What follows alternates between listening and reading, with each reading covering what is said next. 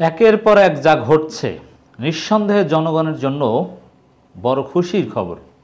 হ্যাঁ, চূড়ান্ত কিছু হোক বা না হোক, যতটুকু হচ্ছে তাতেই আমাদের খুশি হওয়া উচিত এবং গণতন্ত্রকামী মানুষকে এটাকে প্রপারলি ইউটিলাইজ করা দরকার। দর্শক, আমি আগেও বলেছি যে আওয়ামী লীগের পৃথিবী আস্তে আস্তে সংকুচিত হয়ে যাচ্ছে। এখন এর সুযোগ যদি বিএনপি, জামাত এবং সাধারণ জনগণ কাজে লাগাতে পারে তাহলে আওয়ামী লীগের 12টা বাজানো সম্ভব হবে।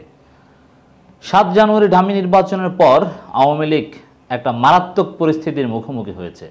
একসাথে অনেকগুলো বিষয় তাদের উপর চেপে বসেছে। একদিকে জেনারেল আজিজ আহমেদের স্যাংশন, জেনারেল আজিজ আহমেদ এবং তার পরিবারের উপর স্যাংশনের ফলে বর্তমান এবং সাবেক সেনা কর্মকর্তা এবং সিভিল প্রশাসনকে একটা বার্তা দেওয়া হয়েছে। নিঃসন্দেহে তাদের জন্য এটা একটা ডেটারেন্স হিসাবে কাজ করছে এবং আজিজ আহমেদের উপর স্যাংশনের ফলাফল হিসেবে আমি মনে করি আর একটা ঘটনা ঘটেছে। সরকার এই কাজটা করেছে, বেনজিরের ব্যাংক হিসাব ও সম্পত্তি ক্রোকের নির্দেশ। এই বেনজির আহমেদ নিয়ে অনেক কথা বলেছি। তো বেনজির আহমেদের ব্যাংক হিসাব ও সম্পত্তি ক্রোকের নির্দেশ, এটা হয়তোবা আজিজ আহমেদের উপর স্যাংশনের প্রক্রিয়া দেখে এটা হয়ে থাকতে পারে। কারণ আজিজ আহমেদের উপর যে অভিযোগ, সে অভিযোগ নিয়ে প্রথমে অভিযোগ গণমাধ্যমে এসেছে, ডকুমেন্টারি এসেছে আল জাজিরা পক্ষ থেকে বিশ্বাসযোগ্যভাবে। তারপরে যুক্তরাষ্ট্র অনেক সময় দিয়েছে যে এটা নিয়ে তদন্ত হোক, আজিজ আহমেদকে জবাবদিহিতার মুখোমুখি করুক, কিন্তু না, কিছুই হয়নি। সরকার সেটা নিয়ে কোনো তদন্ত করেনি, কিচ্ছু করেনি। এরপরে যুক্তরাষ্ট্র তাদের নিজেদের মতো তদন্ত করে সরকারকে নির্দিষ্ট সময় দেওয়ার পরে তারা নিজেরাই ব্যবস্থা নিয়েছে, স্যাংশন দিয়ে দিয়েছে।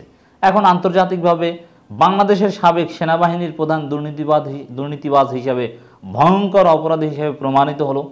এটা সরকারের জন্য নিঃসন্দেহে লজ্জাকর এবং বিব্রতকর, জাতি হিসাবে আমাদের জন্য লজ্জাকর, কিন্তু সরকারের জন্য ডেফিনেটলি এটা বিব্রতকর একটা পরিস্থিতি। তো এরকম যে সাবেক পুলিশের প্রধানের এত বিপুল পরিমাণ অবৈধ সম্পত্তি, দেখেন, বিশেষ কোনো কর্মকর্তার অবৈধ সম্পত্তি বা দুর্নীতি এক জিনিস, আর পুলিশ প্রধান, সেনা প্রধান এই পদ ব্যবহার করে অবৈধ ক্ষমতা এবং অবৈধ সম্পত্তি দুর্নীতি করা আর এক জিনিস। এটা টোটাল সরকারকে মারাত্মকভাবে প্রশ্নবিদ্ধ করে। সেটাই ঘটেছে। এই সরকারের গত 15-16 বছরের সবচাইতে বেশি যারা এই সরকারকে হেল্প করেছে ক্ষমতায় টিকে থাকতে, তাদের মধ্যে বেনজির আহমেদ এবং আজিজ আহমেদের নাম সবার উপরে পড়বে। সেই দুইজনেই ধরা পড়ে যাচ্ছেন। সেই দুইজনের বিরুদ্ধে মারাত্মক অভিযোগ এবং অনেকটা বিশ্বাসযোগ্য অভিযোগ, যেটা ন্যায় বিচার হলে, সুষ্ঠু তদন্ত হলে নিশ্চিত প্রমাণিত হবে বলে আমরা বিশ্বাস করি। তো এটা আওয়ামী লীগের জন্য ডেফিনেটলি একটা মারাত্মক খবর এবং জনগণের জন্য খুশির খবর। যে দুই ব্যক্তি ভয়ঙ্কর অপরাধ করেছে, মানবাধিকার লঙ্ঘন করেছে, বিএনপি জামাতকে বিচার বহির্ভূত হত্যা করেছে, দমন করেছে, পিটিয়েছে, অসংখ্য গায়েবী মামলা দিয়েছে, রাতের ভোটে সহায়তা করেছে, সেই দুই ব্যক্তি এখন একজনে যুক্তরাষ্ট্রের পক্ষ থেকে স্যাংশন খেয়ে দুঃখবোধ করছে, আর একজনের ব্যাংক হিসাব ও সম্পত্তি ক্রোকের নির্দেশ দেওয়া হয়েছে। যদিও আইনের আরও অনেক ধাপ আছে, আইনের ফাঁক ফোকরে কখন কোন জায়গা থেকে বের হয়ে আবার এই আদেশ স্থগিত করে দেওয়া বলা যায় না। তারপরও শুরু তো হয়েছে এবং কিছু একটা হবে। এই যে শুরু হয়েছে আজিজ আহমেদের উপর স্যাংশন, এই স্যাংশনের ফলাফল হিসাবে কিছুতেই প্রত্যাশা করা উচিত নয় যে এই সরকার পতন হবে। না, এত প্রত্যাশা আপনারা কেন করেন? স্যাংশন এসেছে, এটাই খুশির। এবং এই স্যাংশনের ফলে আপনারা জানেন একের পর এক ডয়েচে ভেলের রিপোর্টের পর জাতিসংঘ নড়েচড়ে বসেছে। জাতিসংঘ বলেছে মানবাধিকার লঙ্ঘনকারীদের জাতিসংঘ শান্তিরক্ষী মিশনে নেয়ার ক্ষেত্রে তারা ভেবে দেখবে, তদন্ত করা হবে। এর মানে সব কিছুতে একটা ধাক্কা খেতে যাচ্ছে। আর একদিকে দেশের একজন আইন প্রণেতা, একজন সংসদ সদস্য আনোয়ারুল আজিম আনার কলকাতায় যেভাবে নৃশংসভাবে হত্যার শিকার হলেন, এবং হত্যার শিকার হয়েছে, এটা তো মুসলিম সিম্পিতি পাওয়ার কথা, কিন্তু মজার বিষয় হচ্ছে সেই ভয়ঙ্কর অপরাধী আনোয়ারুল আজিমের অপরাধকর্ম সব ফাঁস হয়ে যাচ্ছে। স্বর্ণ চোরাচালান, তদন্তের স্বার্থেই সরকার এখানে গোপন রাখতে পারবে না। মিডিয়া আছে, বাংলাদেশের মিডিয়া স্বাধীন না হলেও পশ্চিমবঙ্গের মিডিয়া কিন্তু স্বাধীন মোটামুটি। অতএব এখানে গোপন করার সুযোগ নেই, সব কিছু বের হয়ে যাচ্ছে। তো একজন এমপি আওয়ামী লীগের এত বড় অপরাধী চক্রের লোক আনোয়ারুল আজিম সব বের হয়ে যাচ্ছে, এর মানে সরকারের জন্য মহাবিপদ। সব কিছু একসাথে এসে বসেছে, এখানে কয়েকটা ঘটনা একত্রে এসেছে। আমি মনে করি আনোয়ারুল আজিমের হত্যাকাণ্ডে খুশি হওয়ার কোনো সুযোগ নেই। বেআইনি হত্যাকাণ্ড সেটা যার ক্ষেত্রে হোক না কেন, এটা আমাদের জন্য উদ্বেগজনক এবং আইনের শাসনের পরিপন্থী। আনোয়ারুল আজিম অবশ্যই অপরাধী, পাবলিক পারসেপশন অলরেডি ক্রিয়েট হয়ে গিয়েছে, তিনি ভয়ঙ্কর অপরাধী, কিন্তু তার বিচার হবে আইন অনুযায়ী। এভাবে হত্যা হবে এটা মেনে নেওয়া যায় না, এটা দুঃখজনক। তো কয়েকটা বিষয় সরকারের উপর একত্রে চেপে বসেছে, যেটা আমি মনে করি জনগণের সেলিব্রেট করা উচিত।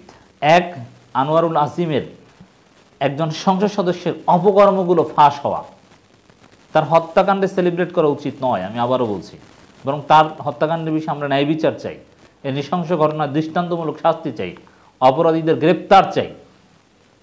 কিন্তু তিনি জুলুমের শিকার হয়েছেন এর মানে এই নয়, বেআইনিভাবে হত্যা শিকার হয়েছেন এর মানে এই নয় যে তিনি যে অপরাধগুলো করেছেন সেগুলো পার হয়ে যাবে, বরং তার সহান হত্যাকাণ্ডের সাথে যদি জড়িত থেকে থাকেন তিনি, তার মরণোত্তর বিচার একদিন বাংলাদেশে হবে আনোয়ারুল আজিমের, এত সহজে তাকে ছাড় দেওয়া যাবে না। এরপরে স্বর্ণ চোরাচালান, আরও কত মানুষকে হত্যা করেছেন, সব কিছু হবে। তো এখানে এই আনোয়ারুল আজিমের অপকর্ম, আওয়ামী লীগের এমপির অপকর্ম ফাঁস হওয়া, আওয়ামী লীগের অত্যন্ত ঘনিষ্ঠ আজিজ আহমেদের উপর স্যাংশন এবং তার ভাইদের অপরাধ, কিভাবে জালিয়াতি করে পাসপোর্ট করেছেন, আরও অনেক এখন সামনে আসছে। আল জাজিরা যে তথ্য দিয়েছিল তার বাইরেও লেটেস্ট অনেক কিছু প্রথম আলোতে আসছে। এরপরে বেনজির আহমেদের ভয়ঙ্কর সম্পত্তির হিসাব নিকাশ সামনে আসছে। তো এর মানে আওয়ামী লীগের জন্য একের পর এক ধাক্কা। এরই মধ্যে আবার মাননীয় প্রধানমন্ত্রী বলার চেষ্টা করছেন যে বাংলাদেশের একটা অংশ খ্রিস্টান রাষ্ট্র বানানোর ষড়যন্ত্র চলছে, এর মানে পার্বত্য চট্টগ্রামকে ইঙ্গিত করেছেন। এরই মধ্যে উপজেলা নির্বাচন হচ্ছে, জনগণ ভোট দিতে যায় না, শত চেষ্টা করেও ৫-১০% লোককেও ভোট কেন্দ্রে নিতে যেতে পারে না। হত্যা, ভোট কারচুপি সব চলছে উপজেলা নির্বাচনে। এরই মধ্যে আবার দ্রব্যমূল্যের মারাত্মক ঊর্ধ্বগতি, আর সেই ঊর্ধ্বগতির জন্যও নাকি উপজেলা নির্বাচন দায়ী। তো দর্শক, সরকার কি অবস্থায় পড়েছে আপনারা জানেন। তো এটা বিএনপিকে এই সুযোগ কাজে লাগাতে হবে। আবার আপনারা জানেন যে বাংলাদেশ ব্যাংকের রিজার্ভ নিয়ে ছেলে খেলা চলছে, কেউ বলতে পারছে না যে রিজার্ভের অবস্থা কী। আবার প্রধানমন্ত্রী বলছেন রিজার্ভ নিয়ে চিন্তিত হওয়ার কিছু নেই, কিন্তু এক্স্যাক্টলি রিজার্ভ কত আছে, চুরি হয়েছে না আসলে আছে বলতে পারছে না।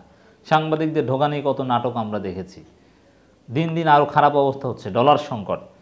তো এগুলো মারাত্মক পরিস্থিতি। দর্শক, সাবেক আইজিপি বেনজির আহমেদের সম্পত্তি ক্রোকে নির্দেশ দিয়েছে আদালত। এর মধ্যে রয়েছে 33টি ব্যাংক অ্যাকাউন্ট ও 69টি দলিলের সম্পত্তি। বৃহস্পতিবার 23 মে দুর্নীতি দমন কমিশনের দুদক আবেদনের পরিপ্রেক্ষিতে ঢাকা মহানগর দায়রা জজ মোহাম্মদ জগলুল হোসেন আদেশ দেন। যেভাবেই বা যার আবেদনের প্রেক্ষিতে যে আদেশ দেন, আমরা মনে করি এটা বেনজির আহমেদের আজিজ আহমেদের উপর স্যাংশনের প্রভাব হিসাবে সরকার এই তদন্তের উদ্যোগ হয়তো নিয়েছে। সাবেক আইজিপি বেনজির আহমেদের অবৈধ সম্পদ নিয়ে সম্প্রতি বেশ কয়েকটি গণমাধ্যম প্রতিবেদন প্রকাশিত হয়। এই প্রতিবেদনের পেছনেও আওয়ামী লীগের অলিগারটা জড়িত বলে আমরা মনে করি। এসব প্রতিবেদনে দাবি করা হয় তিনি ও তার স্ত্রীর শত কোটি টাকার সম্পদ রয়েছে। এগুলো তদন্ত হবে, আমরা বলছি না যে তিনি অভিযুক্ত, তদন্ত হোক এটাই আমরা চাই, ন্যায় বিচার হোক।